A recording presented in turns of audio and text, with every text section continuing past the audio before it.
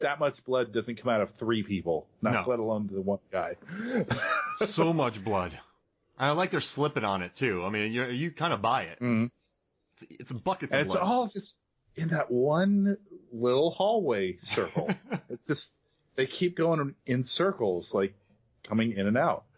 It's amazing. Yeah, I love it. You got to watch Revenge. It's on Shudder if you don't have Shudder. And also Mandy's on Shudder too. So if you haven't watched them, speaking of Mandy, that's our number 2, but they're both on Shudder. So at least do like a trial and then pay for it for a couple months, so it doesn't go the way of Filmstruck. But I guess our number 2 is Mandy, which was my number 1, and I put it number 2 for you, Zach, since you're the guest.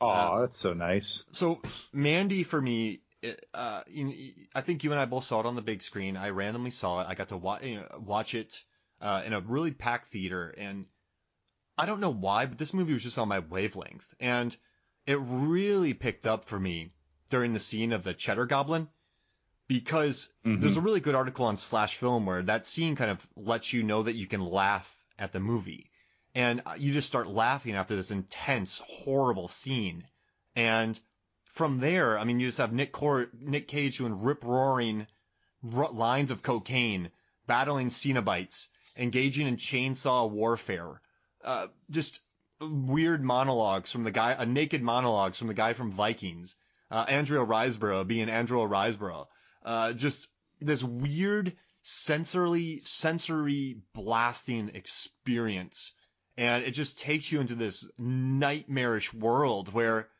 I mean, it's just, and it's, people joke around about Cage having over-the-top performances, but sometimes I feel like, I watch Mom and Dad, and I felt like when he explodes, I felt like that was being, exploitative. I feel like Nick Cage's explosions can be really exploited, but this one felt honest to me, and it felt primal. And just the world of this movie and the shakiness and the powers. I mean, people had powers in this movie. Just the darkness of it and the humor.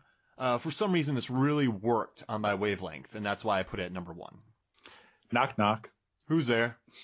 Eric Estrada. Eric Estrada who? Eric Estrada from Chips. Yeah. What do you think? Okay, so I'm going to preface this. I saw this in a movie theater, but it was one of the worst movie theater experiences I've ever had. And I'll tell you, and it probably had nothing to do with the movie. So, one, it was a little too bright. So the lights kind of stayed on. I'm not going to mention this theater because I don't want to badmouth my hometown, but the lights were on a little too bright. And I've had great experiences at this theater as well. The audience was absolutely awful. So they were kind of saying the wrong things at the screen. Not that there are right things that you can say at it. One of the right channel was out. Oh. So, yeah. Or crackling, trying to come back on. So I'm prefacing what I think about Mandy with, I did not see it in an ideal theatrical environment, which means I was just bored out of my mind during it.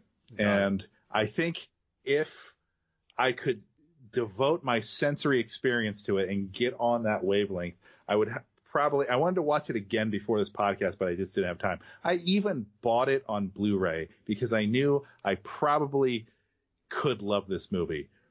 But I think I would still have the problem with, I checked my watch a lot. And I checked my watch. It was an hour in that Nicolas Cage really shows up. It's an hour in when the Cheddar Goblin shows up on the TV. Like almost exactly like, and then the title card of Mandy. Yeah. And there were 2 title cards before that. And I remember leaning over and going, I feel like I was just in line for an hour to see the movie Mandy. Got it. And then the movie starts. And I thought, okay, here's Nicolas Cage. And I call this kind of cinema Cage-sploitation. Yeah. And there's a lot of great Cage-sploitation films like Bad Lieutenant, Port of Call, New Orleans. Yes. Vampire's Kiss is the pinnacle of cageploitation. I just thought that it didn't give me enough in the first hour to get me on the wavelength in the second hour. And it made the second hour look so much better than that first hour. But I think it was the movie going experience. So I want to see it again. You know what I wish? Before I dismiss it. If I have a hot tub time machine, I want to go back in time, and I watched Lost City of Z in a shitbox of a theater. And that's you need to immerse yourself in that movie. And that was one of my favorite movies of a couple years ago, even with that shitbox experience. But I wish I could have seen it in a beautiful surround sound immersive theater. And that took away a lot of it. So I totally get what you're saying. Because I just sat there watching this beautiful movie pissed off the whole time. Like just crackling and like, ugh, and I complained a couple times. They're like, well, we can't do anything. So I think it wrecked my experience watching it. So next year when we remake this podcast, we'll talk about it again. Yes. I will give Mandy another chance because it has all the elements I like in a film at like half speed. Got it. All right. Number one, Zach. Number one, and I gave this to you. Hereditary, directed by Ari Aster, starring Toni Collette, Gabriel Byrne. Very good movie. I haven't seen it. I just thought it would be good. I've seen it on so many different other it's on every other list, so I just put it at number one. Yeah. Now, I just didn't want to stand out. So I haven't. Yeah, I don't want to. I watched this movie, right? And so this wasn't in my top 10. This is gonna sound like a very weird visual, Zach, but I imagine just an open desert plain, right? Okay. And then imagine a mountain directly in front of you. No hills, no nothing, no bad terrain. And just imagine walking towards that. You know that you're walking towards a mountain. That's how I felt with this movie. I knew, I don't know why, but I knew exactly where it was going. And I just felt like I was just walking towards it the entire time. And when it did happen, I'm like, yeah, I knew it. And I liked it. I think Toni Collette is amazing. The visuals are beautiful. The way they establish it.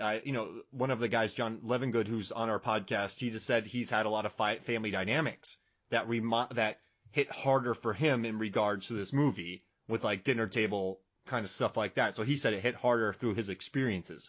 But this movie, I just felt like I was walking towards something I saw for 2 hours. Is that a weird, do you know what I mean? No.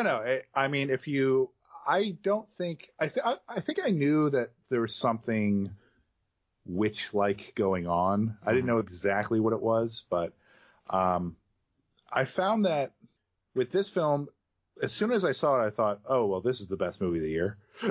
Oh, wow. And it has, because it did something to me that no other film has ever done. I was scared while I was sobbing. Oh, you wrote that too. Yeah. Yeah. Yeah. I said it was like Manchester by the what the fuck did I just see? And it is so like great about the grieving process, and the family dynamic that's presented is very, very realistic in the midst of all this fantastical stuff. And the centerpiece scene of the film, which I think is probably one of the best scenes of the year, you know what I'm talking about scene if you've seen the movie, where you're just lingering on a character's face after something has happened that they could not control, and then they just drive home.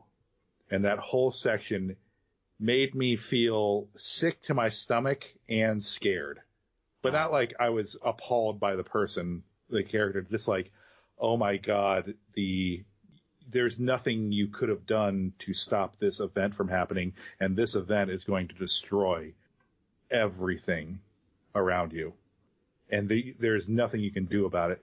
And Toni Collette, let me just talk about Toni Collette, because Toni Collette, if she wins every award for this movie, it's not enough awards, because and she's going to be ignored by the Oscars. I know it, because the Oscars hate me for some reason. Specifically you. They pay attention. Me, yeah. But she has maybe the best line of dialogue this year, which is, I give you everything and all you give me back is that fucking face on your face. Yeah. which is so good. I want to talk smarter about this movie, but I'm just so in awe of it. You know what I've noticed really creepy. I've noticed an emotional. I'm sorry, I cut you off, dude. Oh no, go for it. I've noticed an emotional response to this movie from a lot of people. Mm-hmm.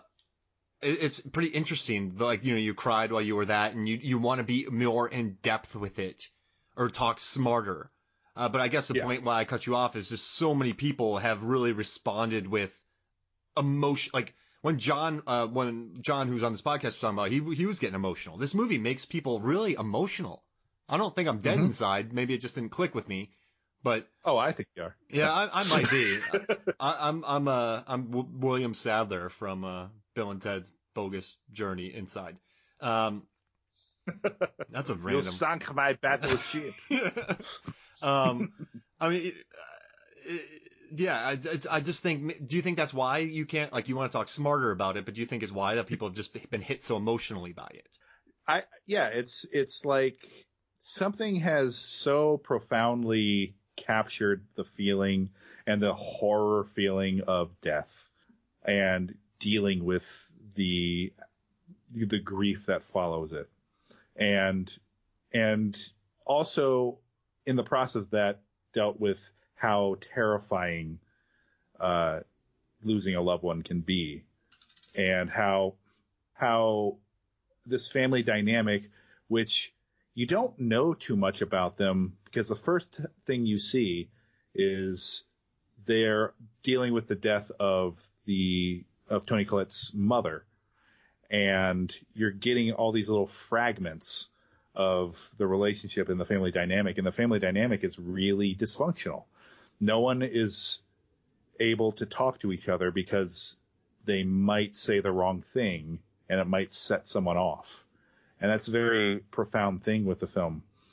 And that leads to the scene where a horrible act happens, and for the next 5 minutes, no character is going to say anything to another character about it. Mm-hmm. And the longer that scene goes on, the more horrific it is, and how the movie shows how much they internalize this trauma and don't communicate it to each other, because when they do, you get the dinner scene. Yeah. It explodes out. And it's just so good and so insightful about this kind of grief and trauma. And then even when it goes to the more supernatural elements of the film, it's still scary. It does all this thing, and it somehow manages to scare you, especially within the frame, noticing things like, is there someone on the ceiling? Yeah. There might be someone on that ceiling. How long are we going to stay on this shot? This sounds weird, but when that all kicked off, I remember going to the theater, and I don't know why I did it, but I just kind of went, I don't know why. I didn't like the supernatural. It was weird. I saw it coming too. I knew it, but at first, I don't know why I made that noise. I really did.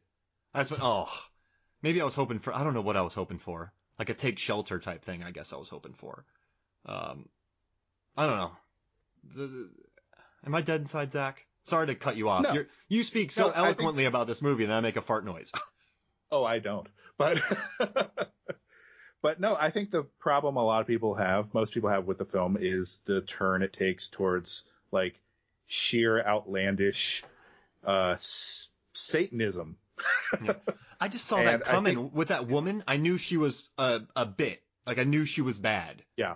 And I was like, she like gives him this stuff, and she gives her that stuff, and she gives her this. I'm like, this is going. I don't know. Maybe I should have appreciated the family dynamics more, and that's what I like the most, not just walking in a straight line to where you're going. I guess that's what I had.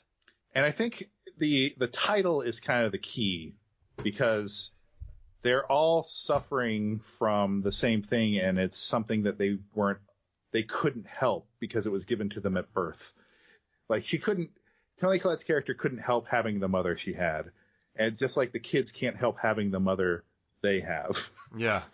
And how much Toni Collette's character has internalized the trauma in her own life, and how you get